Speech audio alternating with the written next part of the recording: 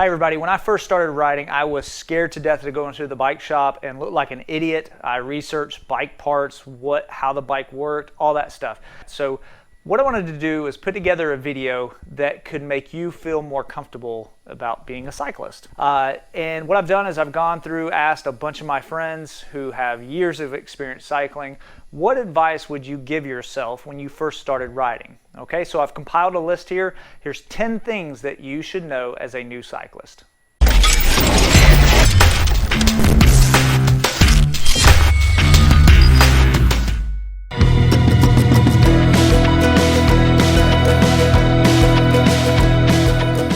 Okay, do not be afraid to ask questions. That's something I was afraid of, but don't be afraid of that. Find somebody who has a lot of experience, ask them a lot of questions. If they're a jerk, don't ask them, just, don't be friends with that person, all right?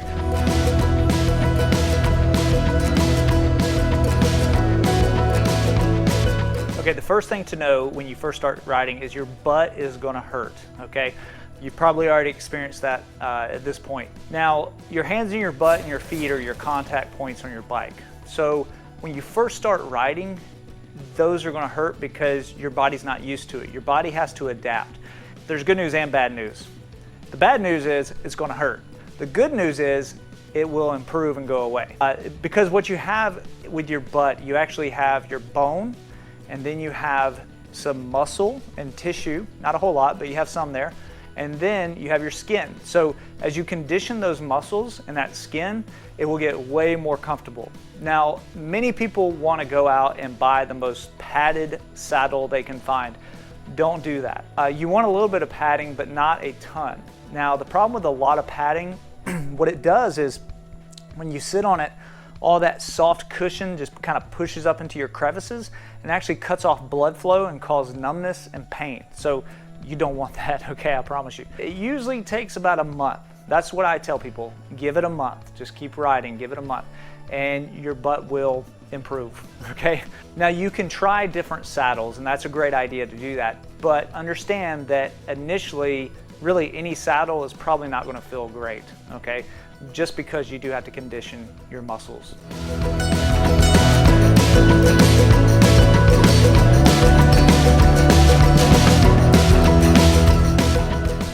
Okay, in relation to your butt again, let's talk about shorts or bibs.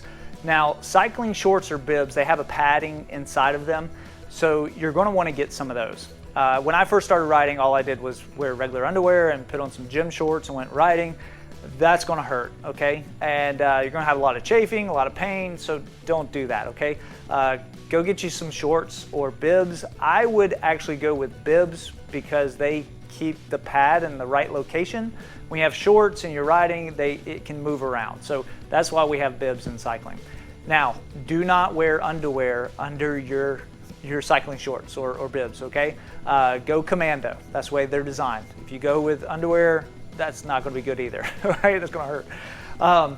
So you may have heard of chamois cream. Okay, chamois cream is something that I was really kind of nervous to talk about when I first started riding. I was like, what is that cream, what? Well, the way that works is basically it's designed to keep you from having friction and chafing down there, okay? Now, I actually don't use chamois cream, I just use like baby lotion. And they actually tell you to take your chamois, that's what they call the pad of cycling shorts, is your chamois. So they take your chamois, they say put the chamois cream on it and then put the shorts on. I don't do that. Actually, I just put my shorts on first and then I take some baby lotion, or if you use chamois cream, and then put it in your crevices, okay? So I know really unpopular topic to talk about, but I think it will improve your comfort and your fun on the bike. So definitely get something to help out down there, okay?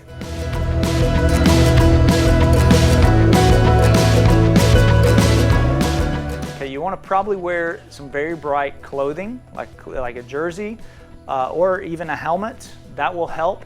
But the area that really cars see the most is moving objects, and that's going to be like your shoes and your socks. So when your shoes and socks are like a neon color and they're moving up and down, that will catch the sight of a driver much better than a stationary neon green jersey. Also, you want to have a light, a really bright light on the back to alert drivers. I actually take a headlamp and turn it backwards and face cars so that way they see me from far away. Also, you want to put a light on the front, because a lot of accidents that happen is actually cars pulling out onto cyclists because they're looking for another large vehicle coming. They sometimes won't even see a cyclist. So with that light flashing on the front, that will catch their attention.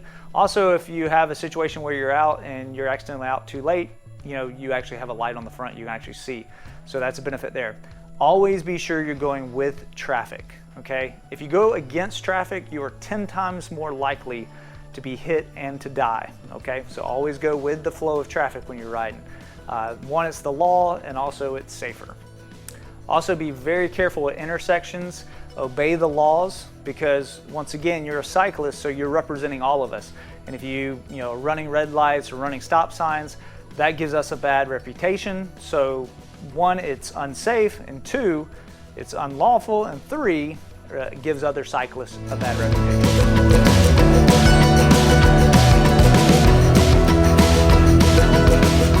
Okay, be sure you carry tools with you. All right, you're going to want to get a basic saddlebag, so that way you can put a spare tube into it. You want to be able to carry some CO2 or a small pump or a frame pump to air up that tube if you have a flat.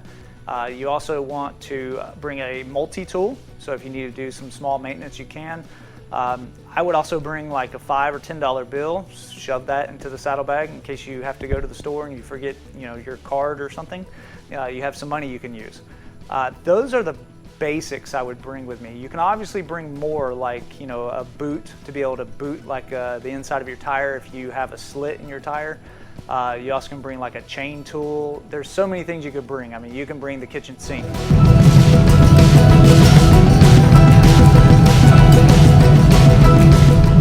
Okay, learn how to ride in a group. Okay, so some groups will have different rules than other groups as far as how long you pull and how long you draft and things like that. But just as a general advice that I would give people who are riding in a group, be smooth. That's the main thing you think about in your mind. Be smooth. You don't want to jump up out of your saddle real fast. You don't want to do quick accelerations. Me and my buddy Chris, we call it riding like a sprayed roach. You don't want to be swerving all over the place. You want to keep your line and try to ride as straight as possible. And obviously you can veer to the left and right. Just do it smooth, okay, so people can react to you. If you do a real quick, sharp jerk one way or the other way, that's when you have issues and you have wrecks. So just be as smooth as possible with your accelerations, be smooth with your decelerations. Now, if you are in a group that's stronger than you, then don't pull that long, okay? So just pull for a short amount of time, and get off the front and get to the back and draft again. And if you feel like you've overdone it, then stay in the back and just have people rotate in front of you. And then when you feel up to it again, then take a turn through the pace line. Now, if you get dropped, don't panic or anything. Everyone gets dropped, okay? Everyone who has ever started cycling has gotten dropped. That's just gonna happen, all right? So with that, don't fear that, understand it's gonna happen. And then, we do have group rides that you go and it's gonna be a no drop ride where everyone stays together. If someone drops off, the whole group, drops back. It just depends on the rules of the group. So just communicate with the people you're with and just kind of get an understanding of what the dynamics of the group ride is. Also, try not to overlap the wheel of the rider in front of you, because that's actually going to cause you to go down. If you overlap the wheel in front of you and that person in front of you jerks over real quick because they have overlapped the person in front of them, then it's going to take your front tire out and you're going to go down, and obviously everyone behind you is going to go down. So do not overlap tires. Now, if you are in a crosswind and you have what's called like an echelon, and you have to get next to somebody, that's fine. As long as you're, giving plenty of room and you're up, beside them, that's okay, all right? But whenever you're behind them, try not to have that wheel overlapping the other wheel, because if they come over and you don't know it, they're gonna take you out, and that's not gonna be fun. The main point to take away from riding in groups, be smooth.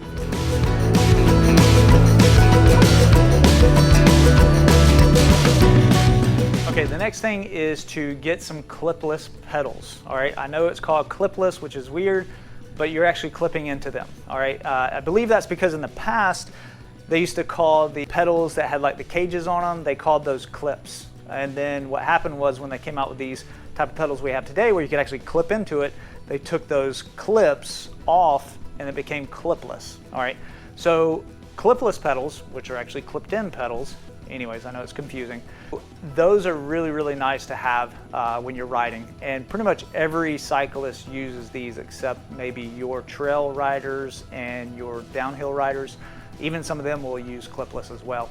Understand that when you first try clipless pedals, you're gonna fall, all right? Every one of us has done it, okay? When you first get them and you're riding, you get to the stop sign, you will forget that you're clipped in, and then your bike will lean over and you'll not figure out how to unclip, and then you'll fall down on the ground. Don't worry, it's more of a hit to your ego than it is an injury. I mean, it does hurt a little bit, but if you have other people around, it's kind of embarrassing, all right? But just let you know, we have all done it, okay? So don't worry, just get that out of your system. Now, what you wanna do is you may wanna go to like a hallway, take your bike to a hallway with your clipless pedals, and you might wanna just practice unclipping. And all you're doing is moving your heel out. Some people kind of say it's like squashing a bug. So like, you know, you smash the bug and then you squash it. You wanna turn that heel out, and that will release the pedal to allow you to put your foot down. And as you get used to it, you'll get better and better and better at it, and then you won't have any issues. There are two types of pedals, all right? You have the road style, which is like a 3-bolt pattern, and then you have like the mountain bike style or commuter style, which is a 2-bolt pattern. Now the 2-bolt pattern is actually easier to get in and out of, and that's usually what I tell most new cyclists to use is the 2-bolt pattern, just because it's you can adjust the spring on it, and it allows you to get your foot out a lot easier. And then if you want to, you can upgrade to the road version, which is a 3-bolt pattern. And the 3-bolt pattern, the whole purpose of that is it's just more of a platform for you to push against with your shoe and with your foot. So usually new cyclists though, I would go for 2-bolt, and then once you get that figured out, then maybe go to the 3-bolt. All right, and when you first start using clipless, a good habit to get into is unclipping well before you stop. Because what happens a lot of times is you forget, and then you panic, you try to get your foot out, and then you go down. And then when you restart, just as a heads up, it's gonna be hard to get that foot clipped in. That's just kind of muscle memory. You'll figure it out eventually. But you wanna practice that in the hallway as well. As far as getting clipped in, you wanna put, it's kind of like toe in and then heel down, and you'll clip in.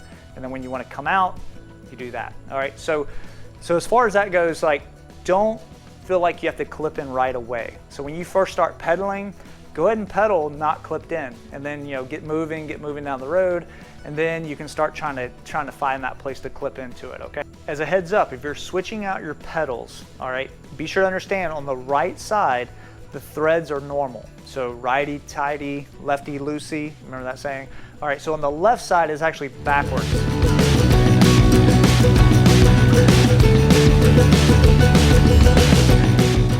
A good habit to get into is working on eating and drinking while you're riding. That's a mistake that a lot of cyclists make because they're thinking about riding, they're not focused on eating and drinking. So you want to practice reaching for your bottle. You want to practice reaching in your jersey pocket to be able to pull out food. A great habit to get into is setting an alarm on your bike computer or on your phone to go off every 15 minutes or 20 minutes or whatever it may be, just as a reminder, like, okay, hey, I need to eat or I need a drink. There are even professional cyclists who do this because they say that sometimes it's hard to think about it while you're riding. So that's a great tip, is practice eating and drinking on the bike.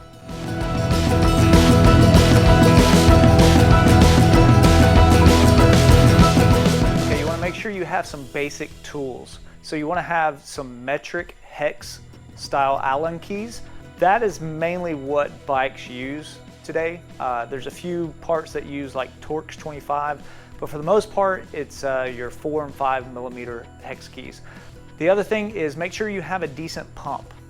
There are two different types of valve stems. You may have seen them now, but there's a Presta and then there's the Schrader valve. Now your Presta valve stem is really narrow, and that valve stem actually was made in the past for bike rims, because bike rims were so narrow, when they would drill a hole through them to run like a Schrader valve, it would make the rim kind of weak and could actually crack right in that area. So to be able to run the narrower rims, they made a narrower valve stem, so that valve stem could go through without weakening the rim. And then you have your Schrader valves, which this is the type of valve that's on your car, your lawnmower. Pretty much every other application out there uses the Schrader valve.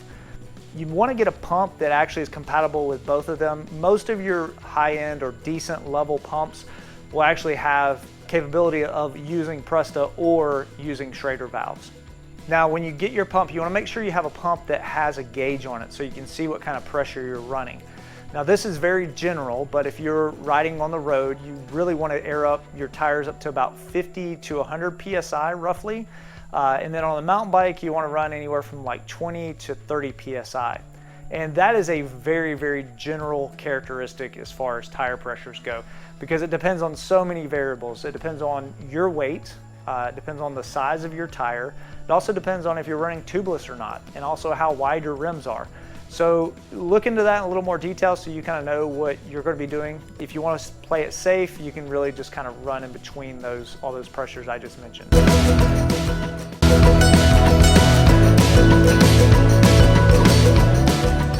Okay, and this is a tip from my neighbor. He just got into riding. He used to ride a long time ago, but then he started back up again recently. And he said, test as many bikes as you can. When you first start, try to get out and ride as many bikes as you can. Do a lot of research, watch some videos, figure out which one is going to be best for what you're going to do.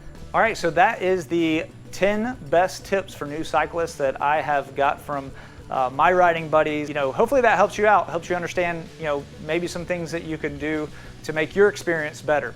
Now, if I have missed anything that you have done, please leave them in the comments below so that everyone can benefit from this. Thank you for watching. If you've enjoyed this content, be sure to hit the subscribe button, the like button, and share it with your friends. And thank you for watching. We'll see you in the next video.